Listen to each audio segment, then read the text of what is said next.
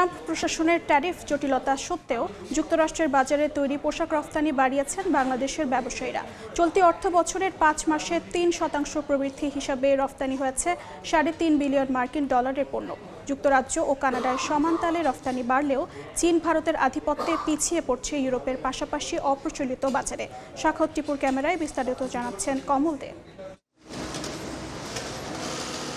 চরম অনিশ্চয়তায় শুরু করা 2025-26 অর্থ বছরের মাঝামাঝিতে এসে অনেকটা ঘুরে দাঁড়াতে শুরু করেছে বাংলাদেশের তৈরি পোশাক খাত। বিশেষ করে ট্রাম্প প্রশাসনের ট্যারিফ জটিলতার কারণে আটকে যাওয়া অর্ডারগুলো আবারও ফিরে আসায় বেড়েছে রপ্তানি আয়। জুলাই থেকে নভেম্বর পর্যন্ত 5 মাসে মার্কিন যুক্তরাষ্ট্রে রপ্তানি হয়েছে $3.22 বিলিয়ন মার্কিন ডলারের তৈরি পোশাক, যা আগের অর্থ বছরের এই সময়ে ছিল $3.12 বিলিয়ন মার্কিন ডলার। ট্যারিফের যে অ্যাডজাস্টমেন্টের ব্যাপার আছে সেই অ্যাডজাস্টমেন্টটা হয়ে যাওয়ার পরে এখন কিন্তু বায়াররা আবার নতুন করে আমাদেরকে অর্ডার দিচ্ছে।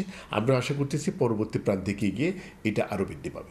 ইউরোপীয় ইউনিয়নভুক্ত 27টি দেশে 2024-25 অর্থ বছরের প্রথম 5 মাসে $7.91 বিলিয়ন মার্কিন ডলারের বিপরীতে চলতি অর্থ বছরে রপ্তানি হয়েছে $7.83 বিলিয়ন মার্কিন ডলারের পণ্য।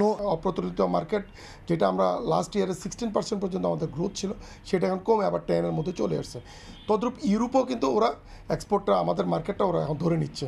এদিকে যুক্তরাজ্যের বাজারে 3% প্রবৃদ্ধি হিসেবে $1.84 বিলিয়ন এবং 6.51 প্রবৃদ্ধিতে কানাডায় $554 মিলিয়ন মার্কিন ডলারের পণ্য রপ্তানি আয় বাড়িয়েছেন বাংলাদেশের গার্মেন্টস ব্যবসায়ীরা। আমাদেরকে ওভারকাম করতে গেলে আমাদের এখানে আমাদের পারিপার্শ্বিক যত কস্ট আছে এই কস্টগুলোকে আমাদেরকে মিনিমাইজ করে সরকার অনেক পলিসিগত সাপোর্ট আমাদের দরকার।